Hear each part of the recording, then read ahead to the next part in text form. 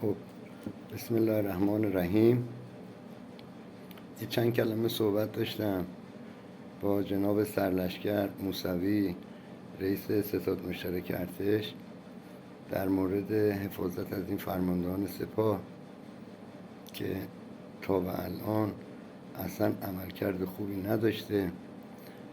به همین جهت چند تا نکته بود میخواستم خواهش بکنم که سرلشکر محترم با رئیس ستاد کل ستاد مشترک این مسائل رو به صورت یه جلسه‌ای به اطلاع اونا هم برسونیم. عرضم به حضور شما که بعد از ترور ناجوانمردانه فرماندهان سپاه طوری شد که یه ضربه خیلی جبران ناپذیری شد و من از صمیم قلب ناراحتم، به خاطر اینکه این فرماندهان عزیز خیلی خیلی خیلی زیاد تو چشم بودن، همیشه تو همه جا صحبت میکردن.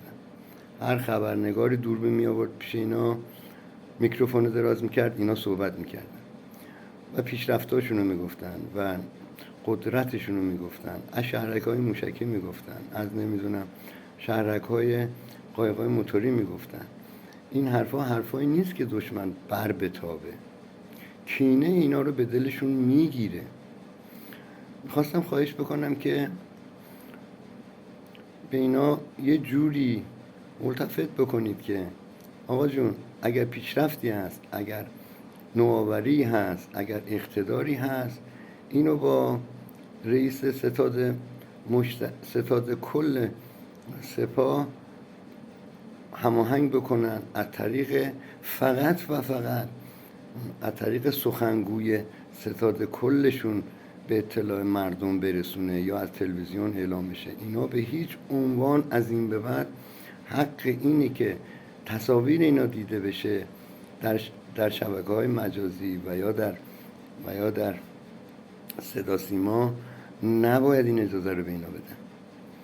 عرضم به حضور شما که همین تعداد چند تا عکسی هم که الان پخش شده از همین فرماندهان جدیدی که مقام رهبری منصوب کردن، همین کافیه. بیشتر از این اینا دیگه تو دید نباشن. هر پیشرفتی دارن، هر نوآوری که دارن، فقط از طریق سخنگوی ستاد کلشون انجام بشه.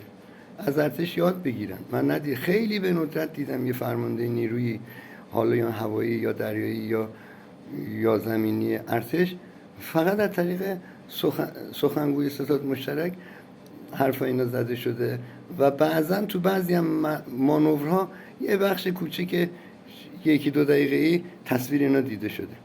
سپاه هم همین کار رو با الگو قرار بده.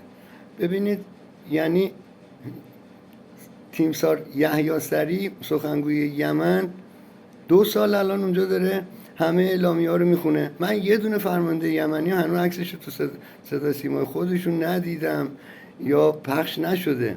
رمز موفقیتشون همینه، وگرنه اونا رو هم ترور میکردن. میخواستم خواهش بکنم که حتما اینو به اطلاع فرماندهان سپاه برسونید. اصلا بحث این نیستش که به حضرت عباس من خون گریه کردم این چند وقتی رو، از بس که ناراحت شدم.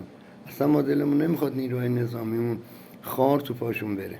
اینا حافظان امنیت کشورمان، حافظان جان و ناموسمان. ما اینا رو دوست داریم و اینم اثر دلسوزی دارم میگم، چون تا به حال ندیدم کسی این انتقادو بکنه. خواهش میکنم که یه جوری اینا توجیه بشن، کمتر جلوی دوربین قرار بگیرن. همین یکی دو روز فکر میکنم دیروز بود یا امروز بود، فرمانده مرزبانی دوباره نشون دادن از غرب و از شرق و از این حرفا. ماشاءالله ایشون خوش‌هیکلن، قد بلندن.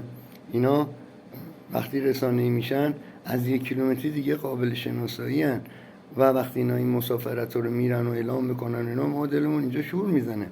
نه هر جا میخوان برن سرزده باید برن.